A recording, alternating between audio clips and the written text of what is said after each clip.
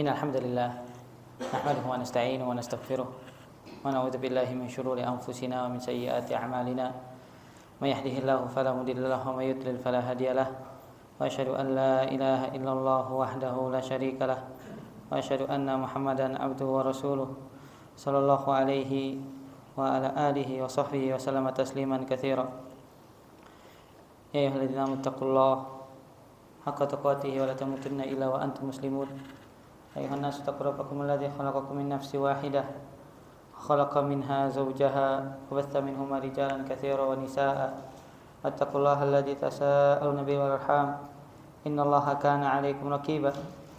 Ayyuhalladzina amanu taqullaha wa qulu qawlan sadida yuslih lakum a'malakum wa yaghfir lakum dhunubakum wa may yuti'illaha wa rasulahu faqad faza fawzan 'azima. Amma ba'd, fa inna asdaqal hadithi kitabullah wa khairul huda huda Muhammadin sallallahu alaihi wa ala alihi wa sahbihi wa sallam. Wa syarrul umuri muhdatsatuha wa kullu muhdatsatin bid'ah wa kullu bid'atin dhalalah wa kullu dhalalatin finnar. Bapak sekalian, jemaah salat maghrib Masjid Al-Ihsan yang rahmat Allah Subhanahu wa taala. Alhamdulillah, segala puji bagi Allah Subhanahu wa taala atas segala nikmat dan karunia Allah Subhanahu wa taala berikan kepada kita hingga pada kesempatan yang bahagia ini kita kembali dipertemukan oleh Allah Subhanahu wa taala dalam kajian rutin kita dari pembahasan pengantar fikih jual beli. Pengantar fikih jual beli dari kitab yang dikarang oleh Ustaz Ahmi Nurbait hafizallahu wa wafaqah. Dan kita sudah menyelesaikan jemaah sekalian kitab ini. Di pertemuan yang kemarin kita sudah meringkas bagian yang pertama, dan untuk pertemuan kali ini kita akan meringkas bagian yang kedua. Pembahasan yang telah lalu kita membahas tentang terakhir syarat jual beli. Syarat jual beli. Sebagai pengingat, jemaah sekalian, ada berapa syarat jual beli? Ada 7 ya. 7 syarat jual beli. Salah satu tidak sesuai dengan syarat, maka jual beli itu tidak sah. Anda ingatkan yang pertama yang berkaitan dengan subjek dari transaksi, bisa dilihat di halaman 52, yaitu satu, subjek harus pemilik atau wakilnya. Subjek harus pemilik atau wakilnya. Tidak boleh yang melakukan transaksi kecuali 2 orang ini. Kalau seorang melakukan transaksi bukan pemilik barang atau tidak diwakilkan oleh pemilik barang, maka transaksi tidak sah. Kemudian yang kedua, subjek harus orang yang memiliki kelayakan dalam bertransaksi. Tidak sah jual beli dari orang gila atau orang yang hilang ingatannya, seperti dihipnotis misalnya, atau seorang yang masih kecil, anak yang masih kecil yang melakukan transaksi besar seperti pembelian rumah atau tanah atau jual atau sewa menyewa misalnya, maka itu tidak diperbolehkan.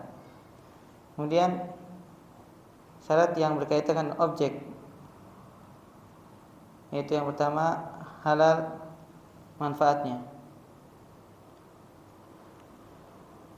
Maka transaksi yang objeknya tidak halal dan juga tidak bermanfaat tidak boleh dijadikan sebagai transaksi. Artinya nanti akan disebutkan diantaranya adalah jual beli rokok, dan jual beli alat musik, dan jual beli babi, jual beli bangkai, itu tidak diperbolehkan. Kemudian yang kedua yang terkait objek adalah memungkinkan diserah terimakan. Atau yang kelima ya, harus bisa diserah terimakan. Kalau seandainya tidak bisa diserah terimakan, maka transaksi tersebut batal. Seperti seorang menjual burung yang terlepas dari sangkarnya, atau jual beli ikan yang ada di lautan, itu sulit untuk diserah terimakan. Yang ketiga, jelas kriterianya.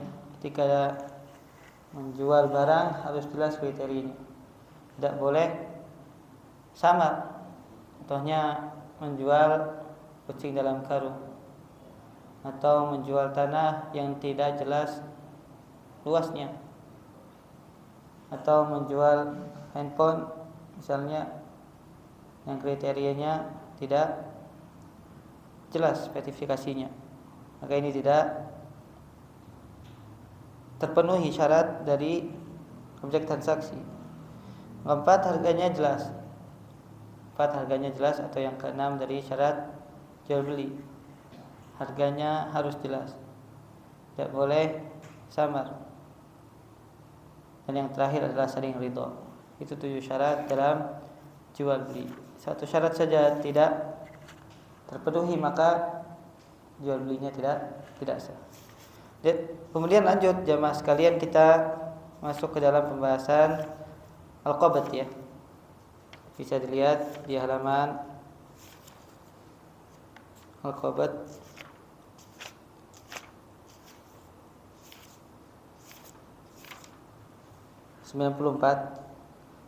Saya lihat di halaman 94.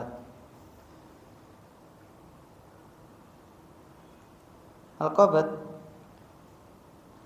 dari sisi bahasa maknanya adalah menggenggam. Dari sisi bahasa maknanya menggenggam.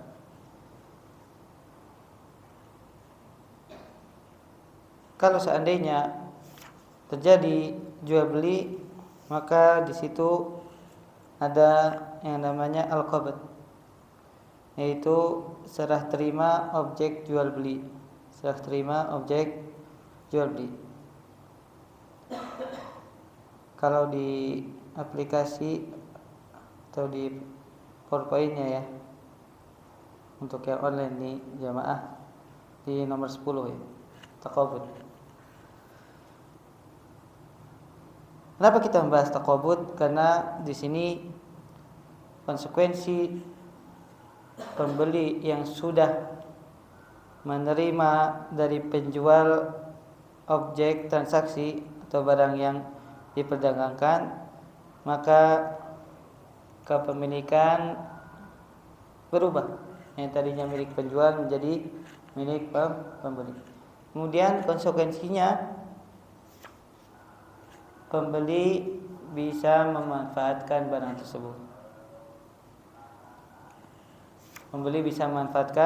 tersebut. Manfaat ini bisa jadi dijual kembali, atau dihibahkan, atau misalnya disewakan, terserah dari keinginan pembeli. Maka perlu dibahas tentang taqabud ya. Yang pertama di antara pembahasan taqabud, ketika tanggung jawab dari barang yang menjadi objek transaksi sudah pindah ke pembeli, maka sudah sah terjadinya transaksi. Contohnya seperti seorang yang membeli mobil, maka ketika sudah diqabd, sudah diserah terimakan kepada pembeli, saat mobilnya digunakan kemudian misalnya rusak, maka tanggung jawab sudah pindah kepada pembeli. Penjual sudah angkat tangan. Itu juga yang kedua, transaksi bagi pembeli kalau seandainya ingin menjualkan kembali diperbolehkan. Karena barang sudah milik pembeli dan sudah diserah terimakan, di qabd atau taqabud. Ada 2 bentuk taqabud di dalam transaksi yang terjadi di masyarakat. Yang pertama taqabud hakiki, yaitu salah terima objek transaksi berupa fisik barang. Contohnya makanan itu diserah terimakan kepada pembeli, atau misalnya kendaraan. Ketika kendaraan tersebut sudah diserah terimakan kepada pembeli BPKB-nya, kemudian kunci kendaraannya, dan sekaligus mobilnya sudah diserah terimakan kepada pembeli. Adapun taqabud hukmi, sebagaimana di halaman 11, itu serah terima berupa sesuatu yang dianggap mewakili barang, misalnya surat atau kelengkapan administrasi lainnya. Ini biasanya ketika tidak memungkinkan untuk dipindah tempatkan, jual beli tanah, ya mungkin tanahnya digali ya jemaah dan dipindahkan ke bagian kita, atau jual beli rumah. Ini taqabudnya hukmi, yang dianggap mewakili barang. Kalau jual beli tanah berarti surat tanah. Kalau jual beli rumah berarti kunci rumah beserta juga surat tanahnya atau surat hak milik ya. Itu menjadi taqabud hukmi. Jadi serah terima yang dianggap mewakili barang. Kalau sudah diterima hal tersebut, maka si pembeli boleh memanfaatkan sesuai dengan keinginannya. Boleh dijual kembali, atau disewakan, atau mungkin dihibahkan kepada orang yang dia cintai, atau mungkin bangunannya dirobohkan, karena itu sudah milik pembeli. Dan Al-Ustadz Hafidhullah Ta'ala setelah menjelaskan pembahasan ini, ada dua hal yang diberikan contoh dalam taqabud ya, karena pentingnya itu. Yang pertama, jual beli emas dan perak secara online, atau tukar menukar uang secara online. Maka Al-Ustadz Hafidhullah Ta'ala menyebutkan dalam halaman 103 bahwa jual beli emas dan perak secara online itu tidak boleh, karena tidak terjadi taqabud serah terima secara langsung dalam akad atau dalam majelis akad. Begitu juga jual beli mata uang secara online, maka tidak diperbolehkan, karena serah terimanya tidak langsung. Sedangkan Nabi Shallallahu Alaihi Wasallam melarang ketika jual beli emas dan perak dilakukan salah satunya itu ada yang tertunda. Dan yang kedua, murabahah, yaitu akad yang dilakukan oleh perbankan syariah. Ketika perbankan didatangi oleh nasabah, kemudian nasabah ingin membeli mobil atau ingin membeli rumah, dan nasabah tidak memiliki uang cashnya, maka nasabah meminta kepada bank untuk membelikannya terlebih dahulu, dan nasabah bisa membayarnya secara kredit. Maka perlu diperhatikan sebagaimana disebutkan oleh Ustaz Hafidhullah Ta'ala, murabahah syariah atau syariah yang diperbolehkan, bank harus memiliki barang dan harus sudah serah terima dari penjual pertama, entah itu taqabud hakiki atau taqabud hukmi. Karena murabahah adalah jual beli, bukan sistem hutang. Bisa difahami jemaah? Kalau misalnya kalau misalnya mobil, maka mobilnya harus pindah ke perbankan tersebut, ke lembaga keuangan tersebut, begitu juga mobil serta BPKB-nya. Kalau rumah berarti suratnya sudah dimiliki oleh bank. Kemudian yang kedua, penjual atau si bank ini tidak boleh memaksa. Kalau seandainya nasabah ternyata mengundurkan diri dari membeli barang tersebut. Kalau seandainya ada pemaksaan dari pihak bank kepada nasabah untuk harus membeli barang yang diinginkan tadi oleh nasabah, maka itu diharamkan. Karena bank telah melakukan akad jual beli sebelum terjadinya taqabud, serah terima. Berarti bank aslinya tidak memiliki barang.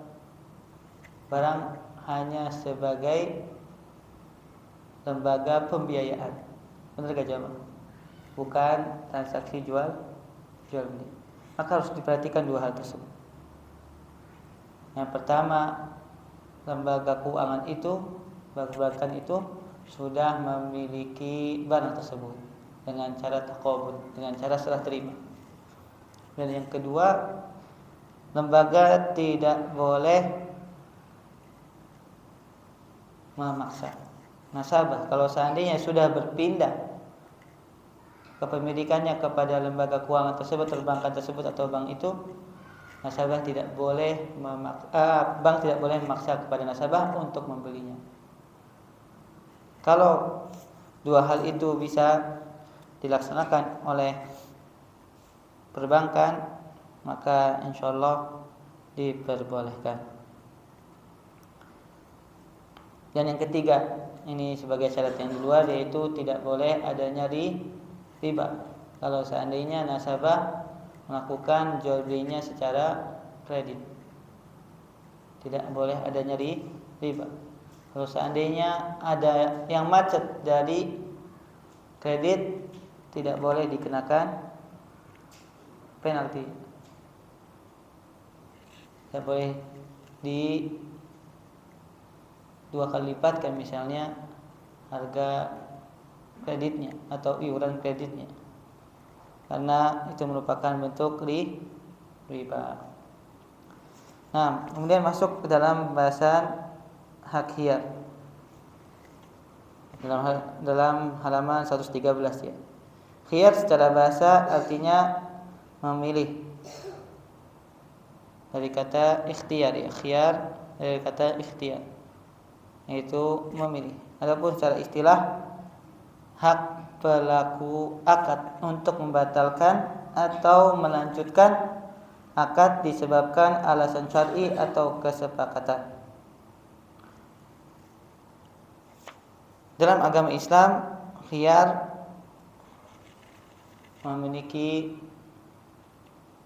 peran di dalam transaksi yang dilakukan oleh kedua orang pelaku akad. Dan ini merupakan salah satu indahnya agama kita. Jadi khiyar merupakan salah satu syariat yang mulia di dalam agama kita. Jadi ada kesempatan bagi penjual atau pembeli untuk membatalkan akad. Dan perlu diperhatikan ada 4 macam dalam khiyar. Bisa dilihat macam-macam khiyar halaman 120. Yang pertama, hak khiyar bagi pelaku akad untuk melanjutkan atau membatalkan transaksi selama masih ada di majelis akad. Namanya khiyar majlis.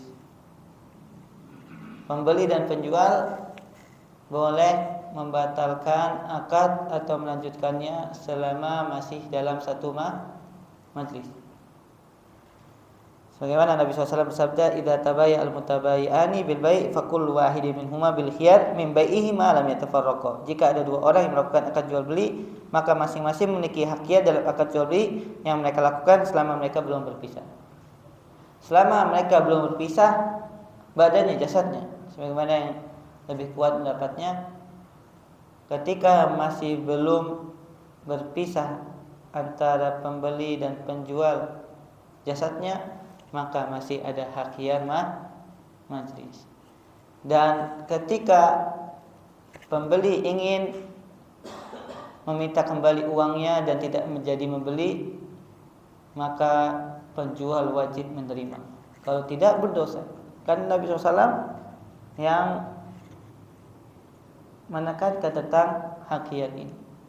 Selama masih dalam majlis akad, pembeli atau penjual boleh mengajukan hak khiyar, yaitu khiyar majlis. Dan yang kedua, khiyar syarat. Khiyar syarat adalah khiyar untuk memilih antara membatalkan atau melanjutkan akad selama tentang waktu tertentu sesuai kesepakatan. Jadi Bapak sekalian yang Allah Subhanahu wa taala juga teman-teman, khiyar syarat ini yang kedua merupakan khiyar yang disepakati oleh kedua belah pihak. Jadi tidak bergantung dengan berpisahnya badan.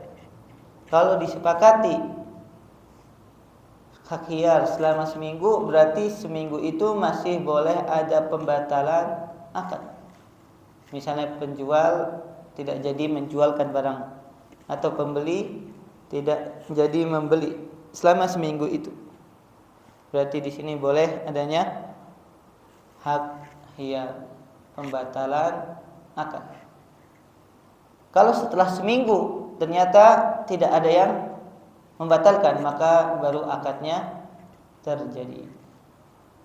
Paham di sini jamaah? Itu khiyar syarat. Dan khiyar syarat ini tidak ditentukan berapa jangka waktunya. Yang penting mereka saling ridho antara penjual dan pembeli. Bisa jadi sehari, bisa jadi 3 hari, bisa jadi sepekan, bisa jadi 1 bulan misalnya. Maka ini diserahkan kepada pelaku akad. Yang ketiga, khiyar aib. Khiyar aib adalah khiyar untuk membatalkan akad dengan mengembalikan barang karena ada aib pada barang. Jadi ketika pembeli membawa barangnya ke rumah, ternyata barangnya ada aibnya, ada cacatnya, maka pembeli boleh mengajukan hak khiyar aib karena barang yang dibeli atau objek transaksinya memiliki cacat. Dan disebutkan di halaman 126, khiyar aib adalah hak pembeli. Maka dia memiliki 3 hak ketika mendapatkan cacat dari objek transaksi. Yang pertama, mengembalikan barang itu dan meminta kembali uangnya.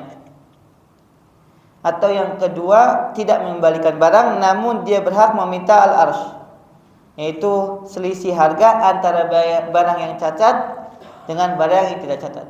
Si pembeli karena sudah suka misalnya warnanya, tapi ada aibnya, maka boleh pembeli mengajukan arsh, yaitu minta selisih harga kalau seandainya barang tersebut cacat dan juga barang tersebut sempurna, tidak memiliki cacat, dikurangi, maka si penjual wajib membayar selisih harga tersebut. Atau yang ketiga, boleh si pembeli merelakan semuanya. Jadi walaupun dia ada cacatnya, tapi cacatnya mungkin tidak mempengaruhi signifikan kepada objek tersebut dan pembeli ridho, maka di sini diperbolehkan untuk menggugurkan haknya. Dan yang terakhir adalah khiyar ghaban, yaitu khiyar yang terjadi karena mendapatkan penipuan atau kecurangan. Contohnya, seseorang yang datang dari desa, kemudian didatangi sebelum masuk ke pasar, datangi oleh orang. Dalam istilah syariatnya talaqi rukbah, Petani datang ke kota dan ingin menjual di pasar. Di tengah jalan sudah ditodong misalnya untuk dibeli hasil panennya. Dan ternyata dibeli dengan harga yang sangat murah. Maka di sini ada namanya hak khiyar ghaban, yaitu merasa ditipu oleh pembeli. Atau yang kedua di sini disebutkan hak khiyar ghaban ketika terjadi bai' najas, yaitu berpura-pura menawar atau menguji barang agar harganya naik. Biasanya terjadi kalau seandainya jual beli lelang. Jual beli lelang ternyata harganya sangat tinggi. Ternyata setelah diperiksa atau ditelisik ada orang yang dibayar untuk menaikkan terus harga. Maka di sini diperbolehkan pembeli mengajukan khiyar al-ghaban. Nah, itu beberapa macam dari khiyar. Kemudian lanjut jamaah sekalian tentang syarat dalam jual beli. Itu bisa dilihat di dalam pembahasan halaman 157. Adapun tentang batasan mengambil keuntungan dan bolehkah menjual barang di bawah harga pasar, itu insyaallah bisa dibaca sendiri. Aturan membuat kesepakatan dalam jual beli atau yang disebut dengan syarat dalam jual beli, asyartu fil bai'. Apa maknanya? Syarat yang disepakati antara penjual dan pembeli dalam melakukan akad. Kalau yang tadi syarat jual beli, kalau yang kita bahas ini adalah syarat dalam jual beli atau kesepakatan antara pembeli dan penjual dalam melakukan akad. Maka jamaah sekalian Allah Subhanahu wa taala, syarat dalam jual beli ini atau kesepakatan dalam jual beli ini itu memiliki beberapa ketentuan. Yang pertama, kesepakatan yang terjadi antara penjual dan pembeli dalam akad itu yang sejalan dengan konsekuensi akad. Jadi para pelaku akad memberikan syarat di dalam jual belinya, di antaranya serah terima barang di dalam akad atau hak khiyar majlis. Maka ini konsekuensi dari akad yang sebenarnya sejalan dengan akad tersebut. Maka ini diperbolehkan. Kemudian yang kedua, kesepakatan yang menguntungkan pelaku akad. Seperti misalnya penundaan pembayaran atau penyerahan barang, seperti akad kredit atau akad salam. Akad kredit uangnya belakangan, barangnya didahulukan. Kalau akad salam uangnya terlebih dahulu, barangnya nanti diserahkan pada waktu yang ditentukan. Maka kesepakatan ini diperbolehkan. Kesepakatan ini diperbolehkan. Kemudian yang ketiga, jenisnya kesepakatan yang bukan bagian dari konsekuensi dan tidak ada kaitannya dengan akad. Contohnya syarat penjual ketika menjual untuk memanfaatkan objek transaksi tersebut, misalnya beberapa waktu. Seperti penjual rumah mengatakan kepada pembeli, "Wahai fulan, aku ingin menjual kepadamu rumah ini, tapi dengan syarat aku boleh tinggal selama sebulan." Atau misalnya syarat selama aku sudah mendapatkan rumah atau penggantinya. Maka ini diperbolehkan. Adapun di antara contohnya juga, misalnya si A menjual barang ke si B, tapi dengan syarat si A meminjamkan si A dipinjamkan uang oleh B, atau si A harus menikah dengan anaknya si B, maka ini tidak diperbolehkan karena masuk ke dalam dua akad dalam satu akad. Tidak boleh seorang mengajukan dua akad dalam satu akad atau dua syarat dalam satu akad. Kalau satu akadnya tidak terrealisasikan, maka akadnya tidak jadi, dan ini dilarang. Ini adalah sesuatu yang dilarang. Dan yang keempat, kesepakatannya bertentangan dengan konsekuensi akad. Contohnya, si A menjual barang ke si B. Si A mengatakan kepada si B, kalau engkau mau membeli barang ini, maka engkau tidak boleh menjualnya kepada konsumen non muslim atau dikontrakkan kepada non muslim, misalnya rumah. Para ulama berbeda pendapat tentang hal ini. Ada yang mengatakan syarat ini sah dan diperbolehkan. Ada yang mengatakan syarat ini batal. Dan wallahu ta'ala alam, pendapat yang pertama lebih tepat, karena hanya sebagian hak dari pembeli yang dikurangi. Kalau seandainya sepakat pembeli, maka diperbolehkan. Karena hanya sebagian saja, yaitu tidak boleh menjualkan barang tersebut kepada misalnya orang kafir. Tapi kalau sesama muslim, maka diperbolehkan. Adapun kalau contoh yang lain, ketika bertentangan dengan seluruh konsekuensi akad, sehingga sama sekali pembeli atau pelaku akad tidak mendapatkan manfaat dari akad tersebut. Contohnya, si A menjual rumahnya ke si B dengan syarat hanya bisa ditempati sampai mati saja si B-nya. Kalau si B sudah mati, maka kepemilikan kembali kepada A. Atau si A mensyaratkan kepada B, rumah ini akan aku jual kepada engkau, tapi dengan syarat tidak boleh dihadiahkan dan tidak boleh dijual kepada orang lain. Maka ini merupakan konsekuensi akad yang bertentangan dengan akad itu sendiri.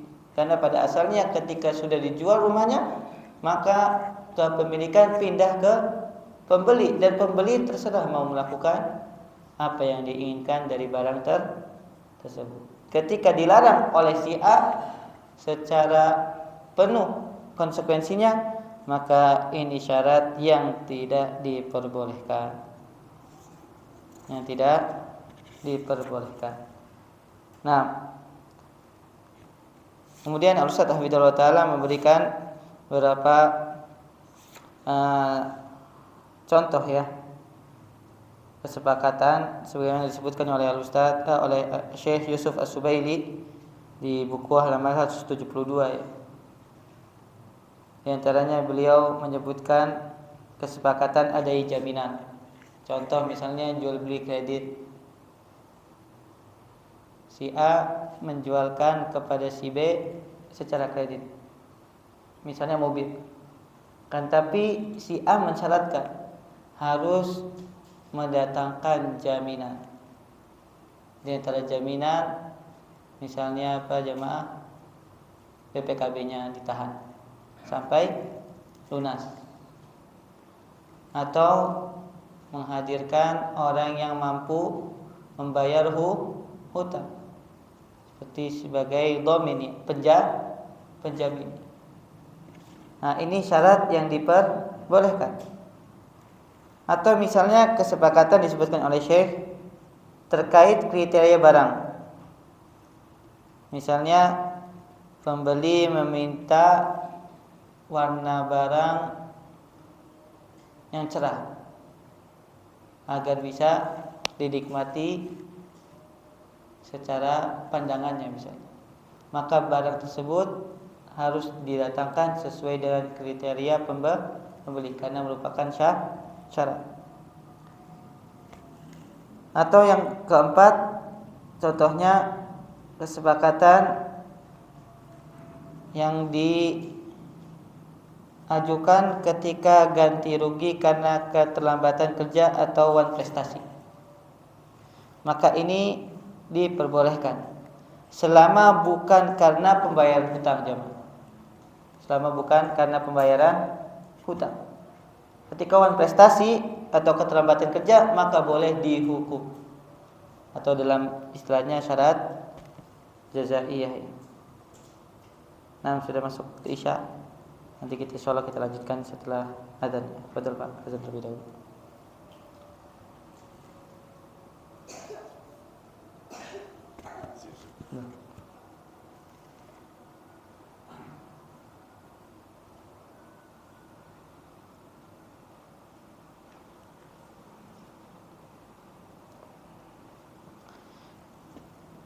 Alhamdulillahirabbil alamin wassalatu wassalamu ala nabiyina Muhammadin wa ala alihi wa ashabihi wa man tabi'ahum bi ihsanin ila yaumiddin wa ba'd.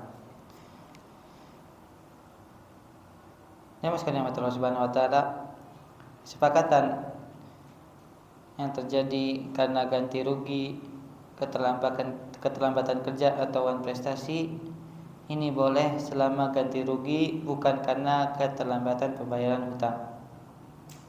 Contohnya, si A pesan ke si B barang X untuk diserahkan bulan depan. Namun si B ternyata setelah bulan yang ke depan berjalan jatuh tempo, si B tidak bisa menyerahkan barang tersebut. Maka si A mengajukan ganti rugi kepada si B. Karena si B telah telat mengadakan barang sesuai dengan kesepakatan. Maka ketika kesepakatan ini disepakati, si A berhak mengajukan ganti rugi. Adapun karena keterlambatan pembayaran ini tidak diperbolehkan. Karena masuknya riba. Kalau keterlambatan karena pembiayaan atau pembayaran hutang tidak boleh dikenakan sanksi karena masuknya ke dalam riba. Tapi kalau bukan merupakan keterlambatan pembayaran, kalau seandainya disepakati oleh kedua belah pihak maka diperbolehkan. Atau disebutkan di sini contohnya kesepakatan di dalam jual beli atau syarat dalam jual beli dibuat menggantung. Misal saya mau menjual mobil ini seharga 200 juta kepada Anda jika orang tua saya mengizinkan. Kalau orang tuanya tidak mengizinkan maka jual belinya tidak sah. Atau misalnya kesepakatan yang terjadi disandarkan kepada tanggal. Fulan, Anda ingin menjualkan mobil ini kalau seandainya bulan Februari ini habis, maka diperbolehkan syarat tersebut. Adapun kesepakatan yang fasid, yang batal dalam jual beli, ada dua hal disebutkan oleh Ustaz Hafidhullah Ta'ala. Yang pertama, kesepakatan yang melanggar larangan syariat. Contohnya kesepakatan untuk melakukan transaksi riba. Si penjual mengatakan kepada pembeli, yaitu dalam transaksi kredit, kalau pembeli ketika jatuh tempo angsurannya belum bisa membayar, maka dikenakan tambahan. Dan pembeli mengiyakan, maka syarat ini sah atau tidak jemaah? Walaupun pembeli mengiyakan, syaratnya tidak sah karena dia melanggar syariat. Melanggarnya kenapa? Karena masuk ke dalam riba. Faham di sini jemaah? Kalau seandainya syarat itu melanggar syariat, walaupun si pembeli meridhoinya, tetap syarat atau ketentuannya tidak sah. Contohnya juga misalnya jual beli yang di situ ada saling membantu dalam kemaksiatan, maka ini termasuk jual beli yang dilarang, begitu juga syaratnya. Dan yang kedua, syarat yang fasid yang batal adalah syarat yang bertentangan dengan konsekuensi akad. Sebagaimana tadi disebutkan, jual beli yang mensyaratkan penjualnya kepada pembeli untuk tidak dimanfaatkan, seperti dijual kembali, atau syaratnya pembeli membeli dari saya atau penjual dengan syarat pembeli tidak boleh menghibahkan, menghadiahkan barang yang sudah dibeli. Maka ini merupakan termasuk syarat yang bertentangan dengan konsekuensi akad. Di sini Al-Ustaz Hafizahullah Ta'ala menyebutkan juga tentang makna dua akad dalam satu akad, yaitu sabda Nabi SAW, wala syartani fi bai', dan ini masuk dalam konsekuensi akad atau kesepakatan akad yang bertentangan dengan syariat. Maka tidak diperbolehkan jamaah menggabungkan dua akad dalam satu akad, kecuali satu akad yang bisa digabungkan, yaitu akad tautsiqah, akad jaminan. Maka diperbolehkan seorang berhutang dengan gadai atau jual beli dengan gadai. Maka ini diperbolehkan selama akad itu akad bergabung dengan akad gadai. Entah akad jual beli atau sewa menyewa misalnya digabung dengan akad gadai, atau akad hutang piutang dengan akad gadai, maka diperbolehkan. Kemudian selanjutnya jamaah, kita melangkah kepada pembahasan yang kedua dari kitab ini, yaitu harta haram. Setelah penulis menjelaskan tentang syarat di dalam jual beli, maka beliau menjelaskan tentang mengenal harta haram. Itu bisa dibuka halaman 199. Apa makna harta haram? Harta haram adalah harta yang diperoleh dari pendapatan yang haram, sebagaimana dikatakan oleh Dr. Khalid Al-Muslih hafizallahu ta'ala. Dan kenapa harus memahami tentang harta yang haram? Agar kita bisa menjauhinya. Karena kata Nabi sallallahu alaihi wasallam, la tazulu qadama 'abdin yaumal qiyamati hatta yus'al an arba. Di antaranya wa an malihi min aina iktasaba wa fima anfaqah.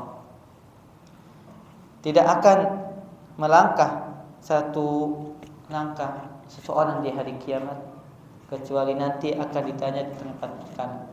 Di antara yang akan ditanya oleh Allah Subhanahu wa taala adalah tentang hartanya. Bagaimana ia peroleh dan kemana dia menghabiskannya. Maka penting kita harus mengetahui tentang hal-hal yang diharamkan oleh Allah Subhanahu wa taala dari harta, agar kita bisa menjawab pertanyaan nanti di hari kiamat. Dan semakin harta yang dimiliki oleh seseorang semakin banyak, maka hisabnya akan semakin lama. Sebagaimana kata Nabi SAW, jarak antara orang miskin dan orang kaya dari kalangan muhajirin masuk surganya berapa tahun jamaah? Ada yang tahu? 500 tahun. Itu kaum muhajirin ya, yang jelas masuk surga. Antara yang miskin dan kaya jaraknya 500 tahun. Karena hisab harta itu sangat berat. Ditanya 2 hal. Dari mana dia mendapatkannya, dan yang kedua, bagaimana dia menghabiskannya. Maka perhatikan jamaah sekalian tentang harta yang dimiliki oleh kita. Di sini disebutkan tentang keutamaan besar bagi yang membatasi diri dengan yang halal. Begitu juga beberapa kisah para ulama disebutkan di sini.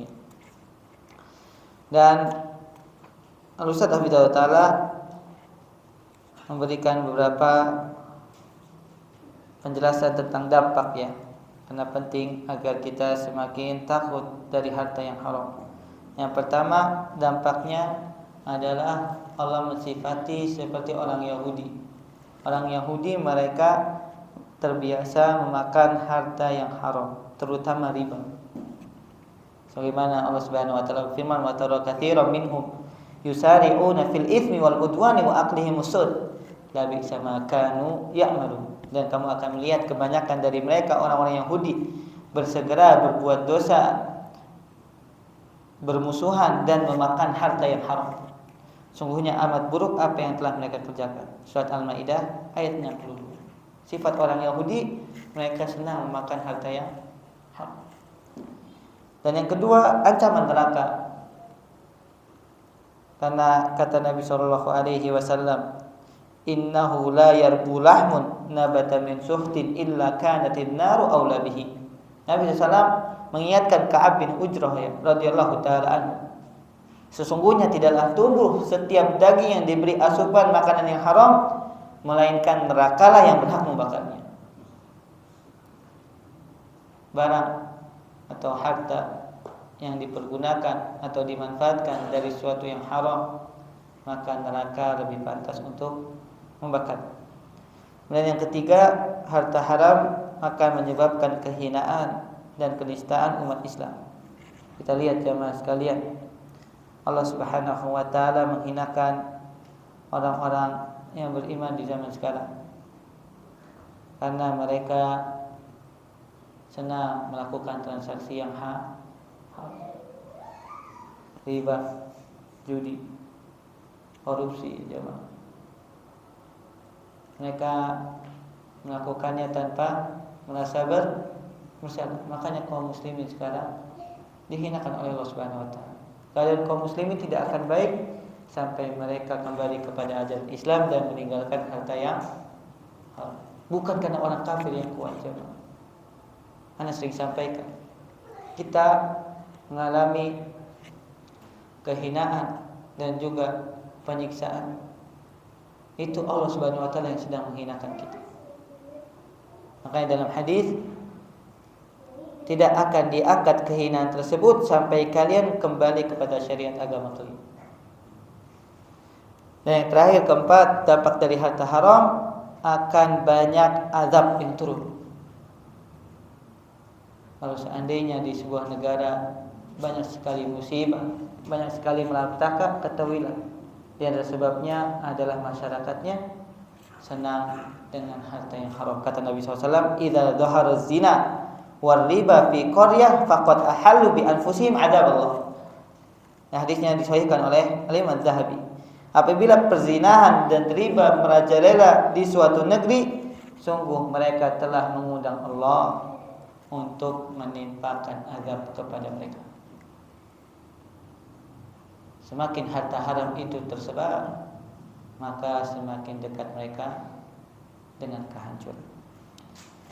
Berapa menit jemaah? 1 menit lagi ya. Ternyata tidak cukup jemaah.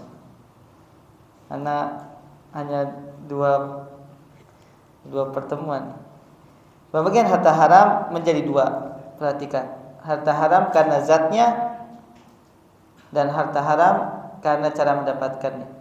Harta haram karena zatnya yang benar-benar tidak memiliki manfaat, seperti seorang jual beli khamr, jual beli berhala, alat musik, maka benar-benar tidak memiliki manfaat. Nah, ini diharamkan untuk diperjualbelikan. Yang kedua, benda haram yang memiliki manfaat mubah namun tidak boleh diperjualbelikan, seperti anjing.